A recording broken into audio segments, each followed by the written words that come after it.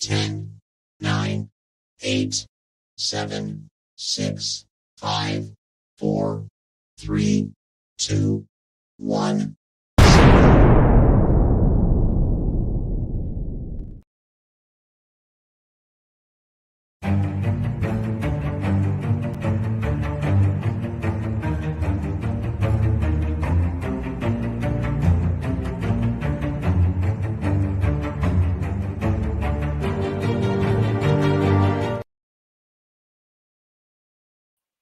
And we are live. How are you, Javier?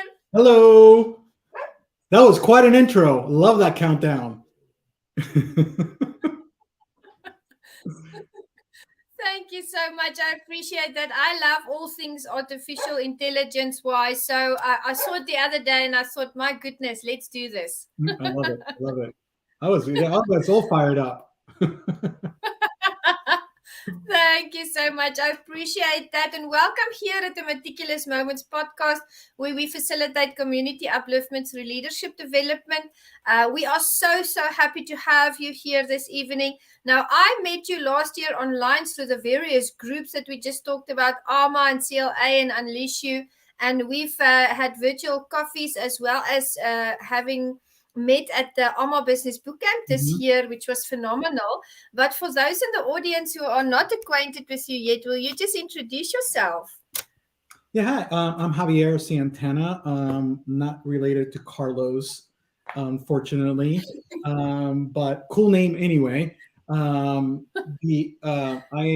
currently live in Dover, Delaware, Central Delaware. I own a digital marketing communications agency called High Ground Creative. And I am married for 27 years, have 3 daughters, and all kinds of things. Like you mentioned, I'm also part of AMA, as well as CLA and Unleash You Now, part of our communities. So thanks for having me. I love it. Absolutely fantastic. I'm going to read the bio to the audience. Javier Santana has been married for 27 years and has 3 daughters and is the chief creator and founder at High Ground Creative and co-host with his oldest daughter of the Creative Side of Things podcast. He has 30 plus years experience in the marketing, advertising and branding space. He has a proven track record in helping many companies get noticed, increase their leads, grow their sales, and elevate their brand, as well as helped several companies generate tens of millions of dollars. He's been called many things, but some of his favorite ones are creative thinker, branding guru, imagination igniter, and marketing maestro. Javier is also a member of CLA and part of Unleash You Now, Mastermind, and speaks at their events. He's worked for large corporations, small businesses, to everything in between, from tech companies to the collegiate sector to the construction industry. And now he runs and operates High Ground Creative. My goodness, Javier, you are an entrepreneur of note. We know we are in good leadership hands this evening. Oh, thanks for having me. This evening, where are you? I'm just kidding. I know where you are. 7 hours ahead. Yeah. It's 3 o'clock here. Over there, it's 10 o'clock. Yeah. We're together here. So thanks for having me. It's a pleasure to be here with you. I always enjoy chatting with you. Thank you, Javier. And here at Meticulous, we love to speak about various topics. And I noticed when we had our virtual coffee that you are a very sincere person. You're very dedicated. You really live with integrity. You're a family man, which I always love to see in the membership groups that we are in, because that is so important for us to really bring that those morals and those values out to the youngsters these days. I mean, you and I both have children that are a little bit older already, and we want them to have good and healthy lives. So I want to ask you, when we spoke about the things that you've been through over the last few years, you really dove into the events that transpired, how you came out of those places where you felt stuck, how you overcame those obstacles. Will you just share with the audience what you went through? Because I just thought it was so inspirational. Yeah, thank you. Gosh, I'm going to try to keep this brief. But I'm one of those of many that this isn't a that I kind of lost everything in 2007 and 8 when all the everything crashed and burned back then. I was I'm 52 now, so at the time I was in my late 30s, early 40s, and um, I had two daughters at the time. I have three now, and we were at a point where I lost my house. I had a side business. I had a full time job. Also, was let go, and was at a point where if it wasn't for family, I could easily have been homeless. We had the only thing we had to our name was that was left was two 10 by 10 storage units full with our stuff, and what we could fit in our minivan. We were literally houseless, and we were family took us in, and it began a process in me to shifting my mindset and the way I needed to do to survive, but not only then to thrive. So I'm looking back at that. At the time, I'm just trying to survive and pay the bills and not, be on the streets. But there was something in me that woke up in regards to realizing I need to do what needs to be done to take care of my family and make sure that if I have control of this, that this doesn't happen again, regardless of what's happening in the economy and things like that. Majorly unprepared. Yeah. But that no longer is the case. So I went through a journey over the last decade plus to rebuild and to make sure I build a foundation, not only financially, but all aspects, emotionally, mentally, physically, with my family, with us, to insulate us from things like this as in our future. So symbolically, I mentioned to you that a year ago we bought a house, and the house wasn't. It was great. People buy houses all the time, but what it symbolizes the journey we had come, that we are finally homeowners again, and we're able to kind of do that. So, I've been in a time of defending and fighting and just surviving for so long, but in the last few years, I've been in a place where of growth and surplus, and where I realized, regardless of where you are, I saw people pour into me and impact me, give me grace, I lost everything, but I was never without, because the people around me rallied.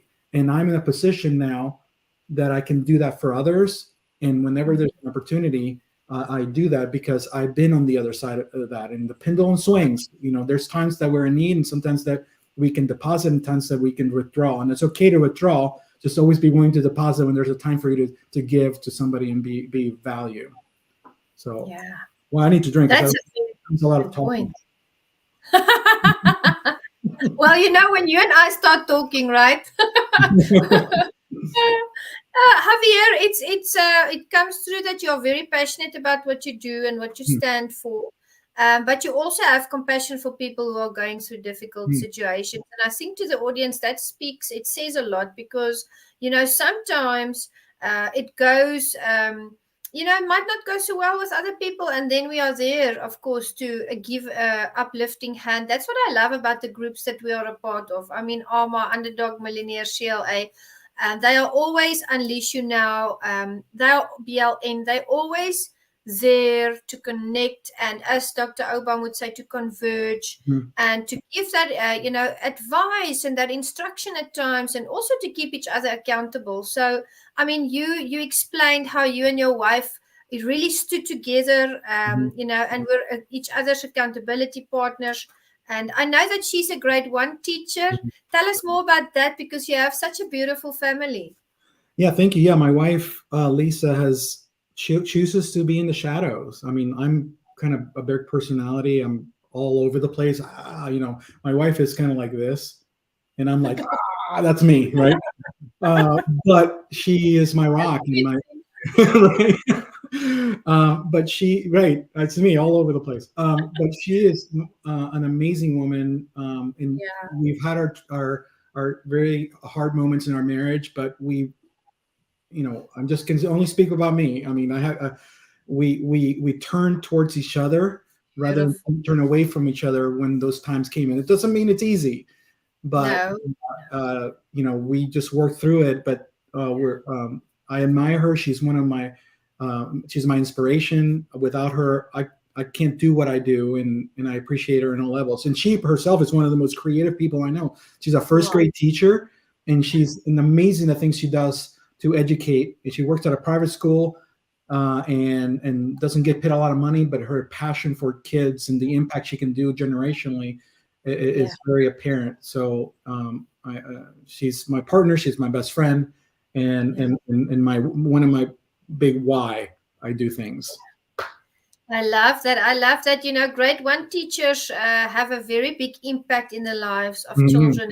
And that impact really carries through. I practically grew up in my grade one teacher's home because I used to go after school. I used to go to her home because we lived on a farm. I waited for my mom to get back. She was a librarian, my mom. And then she would pick me up in the afternoon and we'd go to the farm. But I remember so clearly spending those afternoons with her and how loving she was. And a few years ago, it was right before COVID 2019, I had the privilege to conduct her funeral. And she was almost like a second mom. So teachers, it's a special calling, it's a special anointing. You are working with our children and shaping them. And I want to ask you, what was the determining factor in your success? What were the things that really kept you going, that motivated you to say, well, this is what I'm going to do. I'm going to lay this foundation. Hmm. I'm going to build and I'm going to make it. No, wow. I mean, success, obviously, we know about that. I mean, that's continuing. We never really arrive, but I see where I've been Yeah, and now, and in this forward progress, we're doing a lot better, and not just financially, in all levels. But to answer your question, I think that the example for me was, especially with an absent father, I knew what not to do. And I knew mm, what certain things how it impacted myself and my sister growing up. So I didn't want to do that. Um, I, so my reason, my motivation has always been and take care of my family, my wife, and yeah. my daughters. That's my, like my mom said before. If you don't have, if you can't take care of your own house, if you don't have your house straight, you don't Mhm. have business building somebody else's. Yeah. So metaphorically speaking, is your own kingdom, right? Your own place, your own thing. So Yeah. I see a lot of people out there talking about other people's houses, trying to fix those, and theirs is a wreck. Mm-hmm. So I needed to get my house straight and get myself from the inside out and work on that. And that's continuing. It's not like you ever arrive. But back then, Oh, that's rock bottom as it gets. yeah. Everything is gone. Mm. I could have just chosen to fold and walk away, Yeah. or pick up and get going. And that's what I chose to do. That's wonderful to hear and to see. I mean, I know that you are making a big impact in the community, you and your wife as well, with what she's busy with, as well as your daughter. And I wanted to Mm. ask you about the podcast because Mhm. I've seen a few of the podcasts, and I was very honored to meet your daughter as well Yeah. at the book club. So I want to ask you about the podcast. How did that start? And you had a phenomenal topic today. I'm going to go watch that session as well. So tell us more about that. No, that's just really, really cool. Thank you for asking. I mean, the podcast is something when I started High Ground that I wanted to do. And I wanted to do it like an offshoot of the business, kind of like teach people marketing stuff. And that's kind of the initial motivation. However, as time went along, I really kind of, that's the direction I was heading. It was the same concept, the creative side of things is the name of the podcast. And we empower and inspire business owners and entrepreneurs to tap into their inner creative. Everybody's creative, not everybody's artistic. There's a big difference between both of us, but we need to, there's like leadership. You can learn how to use creativity and imagination to solve problems, and Yeah. you can tap into that. So the podcast was going to be about that. It was going to be me. Megan is a business owner. She has boss lady. She has two businesses, very successful. She's 25. And I had hired her as a contractor just to help me kind of move this forward Yeah. and develop it. However, we were guests about a year ago on a podcast with actually Bobby Jones, who's Oh, part of Bobby. Monisha now. Yeah. He had a podcast called the Extra Mile Podcast, and he had Megan and I, as father daughter business owners, entrepreneurs, guests. Wow. So we were talking, even though I'd see her all the time and stuff. I After that we went over to IHOP to have breakfast, and we're talking. And look, we know each other so well. We're very much very alike. And Yeah. she's asked, Dad, would you mind? I know I'm helping you in the podcast. If I was co-host with you, Wow. And I looked at her. I'm like, I was thinking exactly the same thing. Let's do that. We love the dynamic. We love the chemistry between us. We thought it was actually a lot more better to listen to something like that instead of watching Javi or listening to Javi talk about marketing. It's a lot more interesting to watch a father and daughter talk about stuff. Beautiful. Right? So then we trashed everything, all the whole concept except the name, and started from scratch, rebranded it, did everything else, and then 6 months later, we just launched about 2 months ago, and we just today had the seventh episode launched, and we're together doing this, and it's taken off very well. We have a lot of big plans for this, but I love to be able to do this with her. We feel that the product there's a lot of value there to the content that can help a lot of people, but there's an agenda I have that she probably figures out. My agenda really is I get to see her every week. She doesn't live with us anymore. She's with her fiance, and she lives in the same town about 15 miles from us.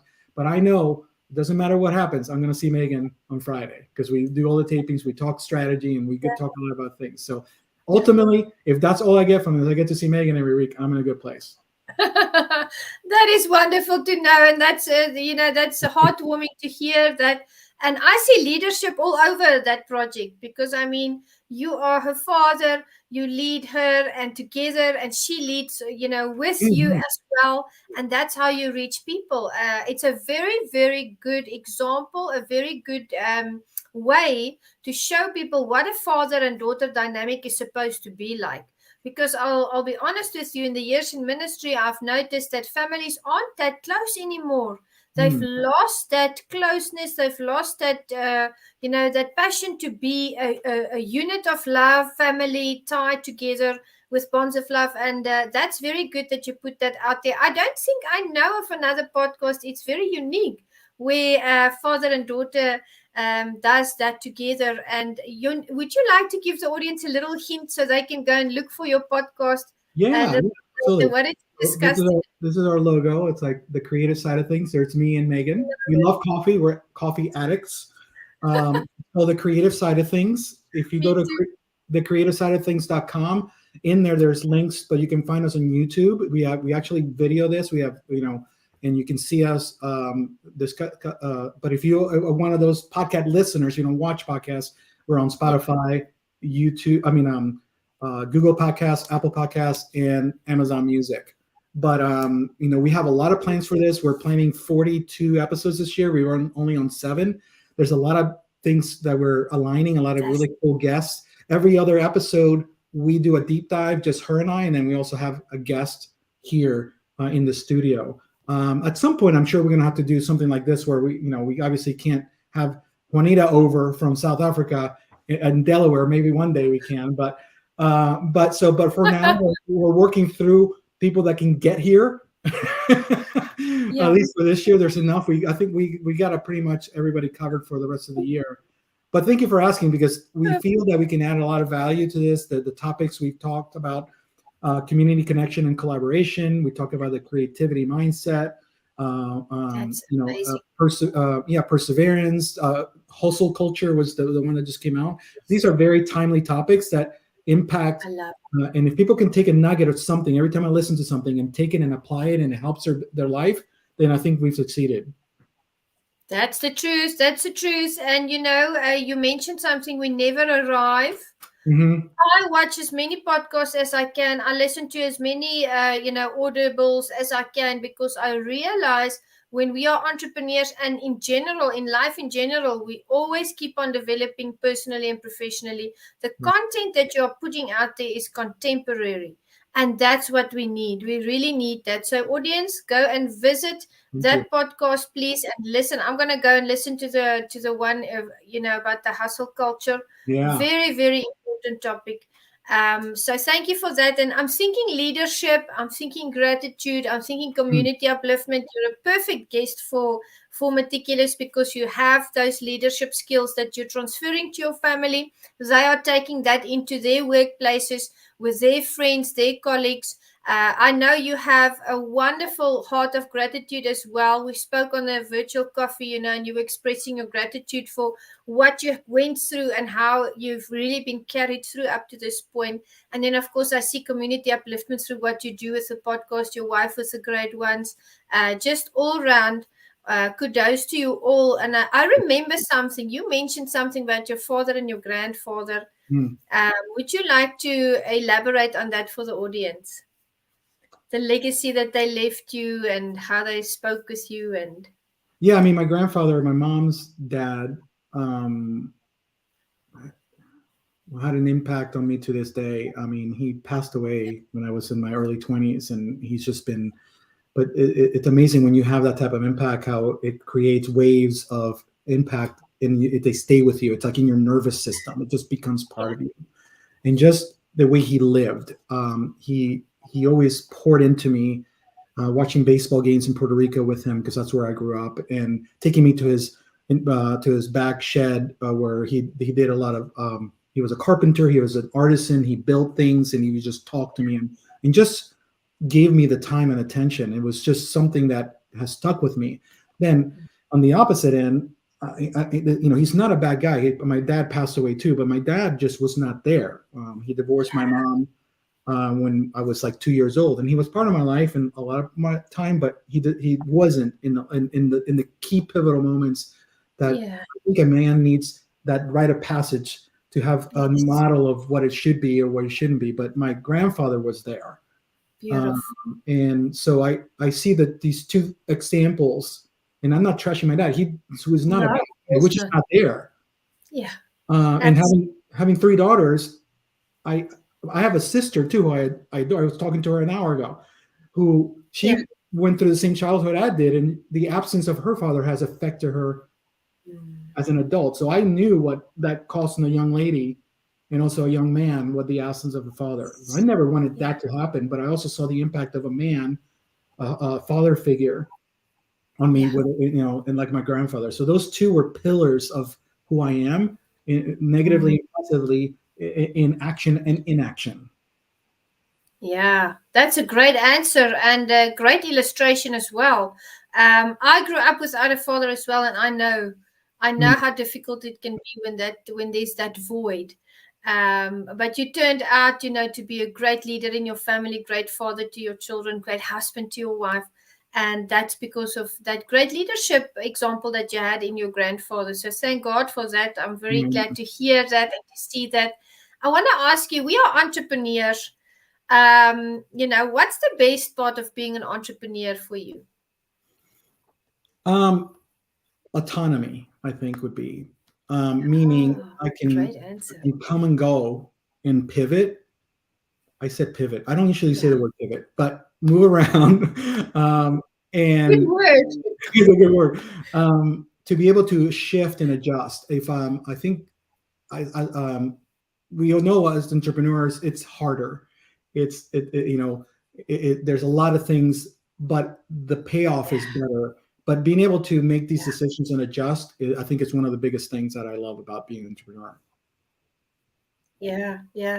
When you said pivot, I thought about this. Oh yeah, right. I'm that I'm guy. the same. Javier. I'm also all over the place. I'm here and then I do this, and then, so that's why we get along so well. Family values very important. Mhm.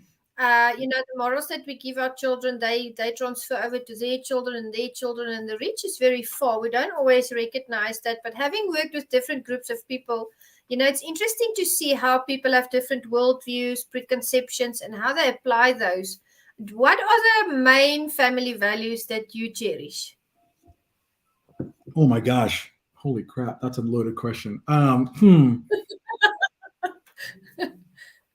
Wow, you literally have stumped me. No, I have. It's just I'm trying to choose my words appropriately. Yeah, Um, yeah, what extra values? I mean, my core values are very clear. For me, trust, um, yes, hard work, loyalty, mm-hmm. respect, creativity, Yeah, being yes, and passion. Those are my core values. I don't know how to do life any other way. So I always say I run my business the same way I run my family. I don't know how else to do it. You don't see a Yes. Javi here than you see at the house and you see in the boardroom. It's what you see is what you get, and that's what it is. Yeah.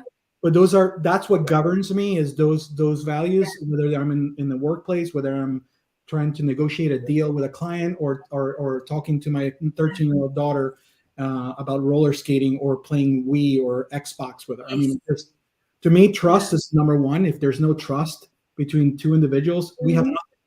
how can we build on anything if there's no trust there? Yeah. So I love that answer. I used to, when I used to preach in the church, I used to tell everyone the same version of an individual must be in the church on a Sunday as they mm, are at the workplace, as they are on the supermarket. So I've seen a few things. People don't notice me in the shop, and then they are completely different than what they are mm, when they're in the congregation. I always said there's a magic beam when you go over that beam at the gate for church. Everybody all of a sudden has this halo. You know, they what can is do no, and I know what is going that's on. not the way to live. You know what's Yeah, interesting about that is I don't have it. I don't have it all together, but I can tell you this. none That, of us do. but the thing is that you try that for a while. It's exhausting. Well, Yes. just be you. But if you don't know who you are, figure that out and then go be you. I love that. I'm going to remember that. Yeah, no, absolutely. I used to overcomplicate things in life, but I realized that it isn't as complicated as I used to make it be. So I'm like, okay, it is what it is. And there's a Simplify. saying that has been said before. My mom has said it, and I've heard from her, but in other places. But let people feel the weight of who you are, and then let them deal with it. So Mm, when people try to be something with different things and put different masks, that's exhausting, and then people get confused about who are you really. This is this person or this person. So just navigate. Yes, you have to be cordial sometimes, and you have to tighten things up and be a little more reserved. I understand that, but mm, don't lose yourself in the process. yes. Understand Yes. who you are, and then work through that. And that some people will gravitate towards you, and some people won't, and that's okay. I love that. I love that. Just be yourself. Just be yourself. It's Right. it's more natural. It's more honorable. You live with integrity that way. And of course, none of us have arrived. We all have things that we're working through. But I think it was a post or it was a comment that I saw that you left on Facebook the other day. Just be a nice person. Hmm. I think it was a post. That was so powerful. And I was like, Yeah, yeah, it's funny. I love to take credit. My wife had a T-shirt that she got somewhere, and I think one of her kids' parents made it, and she was wearing it, and I'm like, oh my gosh, and I put it on there because of and there was people kind of not complaining, but they were just questioning that, and I'm like, look, the spirit of this is what I'm trying to say. You can parse the word nice and break it down, fine, but that's not what it's about. If we're focusing on that, then we're not focusing on actually what the spirit of this was. Just be a nice human. People that's know, what it was. Just be a nice human. right? That was so impactful. I thought about that during the course of that day. Those few words it just, made me think, just be a nice human. What does it take to have compassion for someone else? What Mm, does it take to put someone else before you and just be kind? I mean, what does a smile do to someone who's having a bad day? right. You never know when someone needs that smile or that encouragement or that compliment. It's amazing. Yeah, you're right. You're right. And yes, we have our things, and we have to sometimes, we're human. We make errors. But recovery time from these things is also one of the things I always talk about. Where before, when instead of wallowing in things for a long time, my recovery time to get back on track and learn Yeah. from those mistakes is less. So you can sit there and suck your thumb and go in a fetal position for 2 years if you want to, and the world's Yeah. still going to continue with or without us. Or we can, if there's an issue that comes up, address it. Let's take care of it. Let's Yes. learn. Keep going. You know. Absolutely. Keep that eye on your goal, on your vision. Right. I was in an interview last night. I was interviewed by Marilyn Morales, and the episode is going to drop on Sunday, but I'll share with you a little bit of what she asked me. She asked me, what is the definition of success? Mm.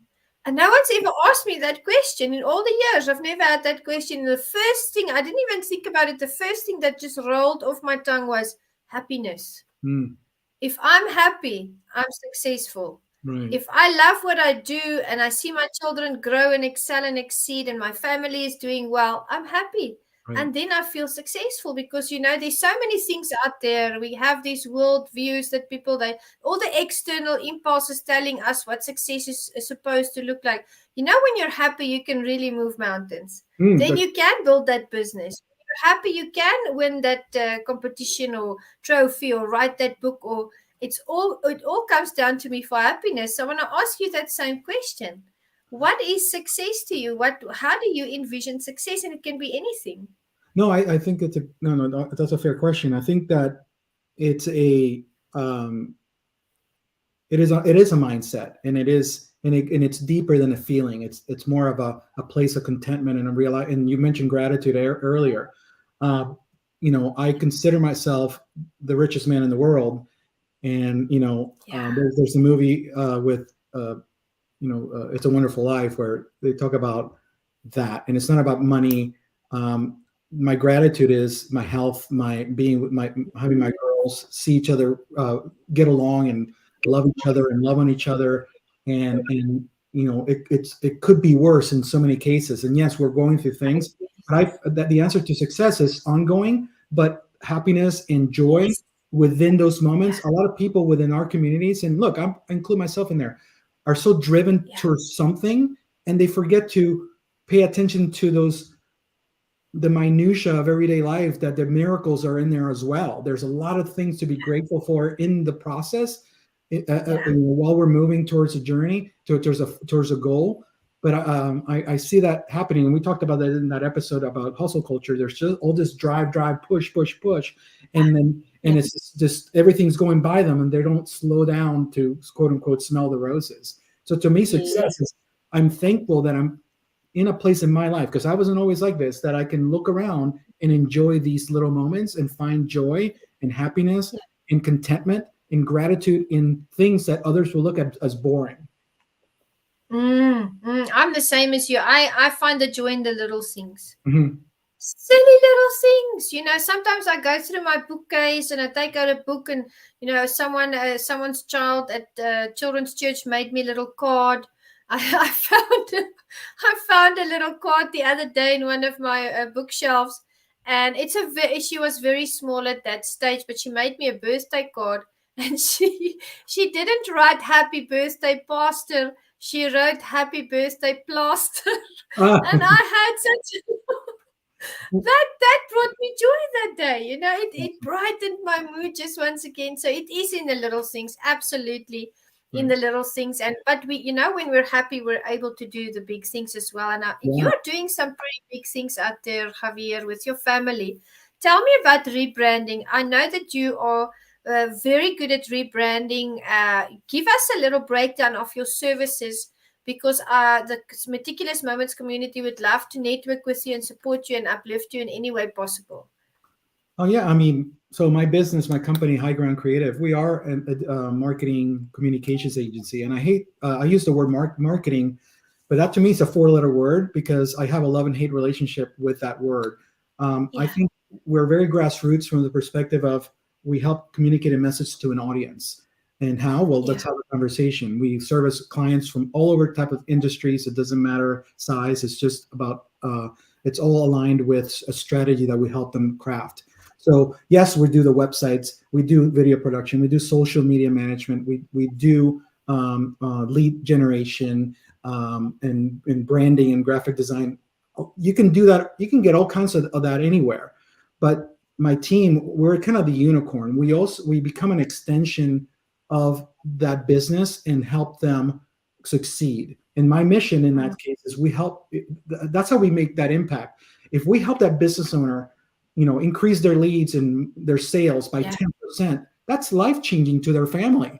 That's Absolutely. that's how we impact.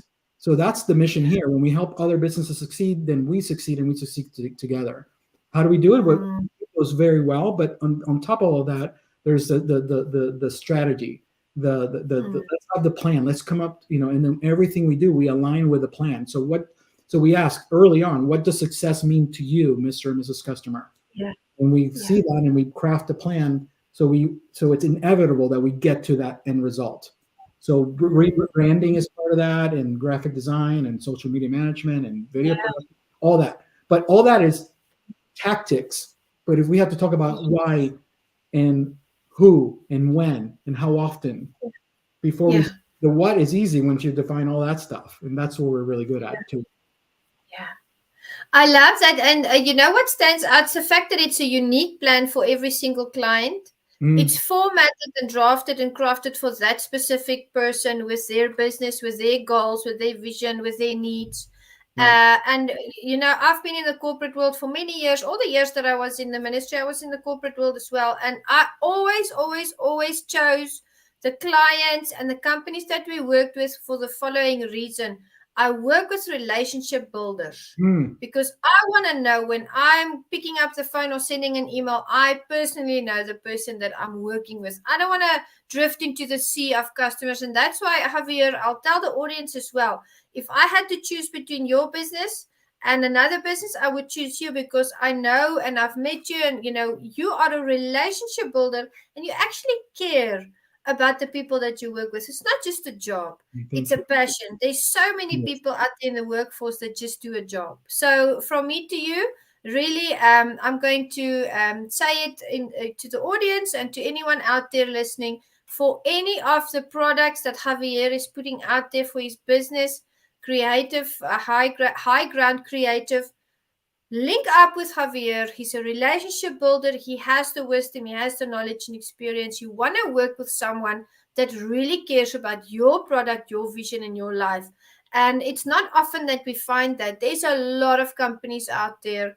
And, you know, we have to be careful when we do business. So, Javier, you are top of the list. Thank you so much for explaining that. And I want to ask you, you know, lessons that we've learned in life. What was the hardest lesson that you ever learned? Because I had to do some introspection before I went on yesterday. And I had to think about that question. What's the hardest question? What's the hardest lesson that you ever learned? Oh, I'm just thinking because there's a lot. And, there's not just one.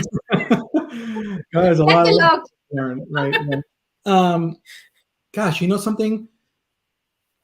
I try to tie this to a story, but I'm trying, and nothing's coming to her. But I'll give you the end result. So I said this the other day out of frustration, but I didn't mean it. But, you know, but I said it to myself. I'm like, I wish sometimes I didn't give a crap. So I've learned in life that caring and really giving a crap helps in being a better human and just moving forward in life. We you know, and really meaning it. Don't fake it, because people are going to see right. If you don't mean it, don't talk about it. But you know, you'll find out very quickly. People are not dumb. People will see right through that. But honestly, it's like that. And there's times I get myself in situations where, you know, I have to learn when to say no and how often, and be able not to overextend myself, right?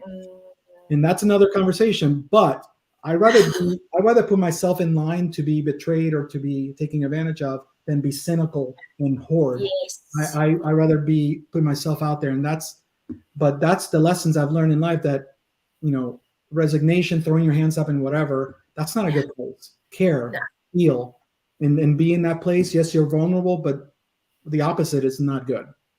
Yeah, that's true. That's a wonderful answer. That's the best answer I've ever heard. And I was thinking, you know, when you talked about giving a crap, that's what we do. We give a crap, but sometimes it's hard. Yeah. Because sometimes we get into a situation and we give more of a crap than the people in the situation do.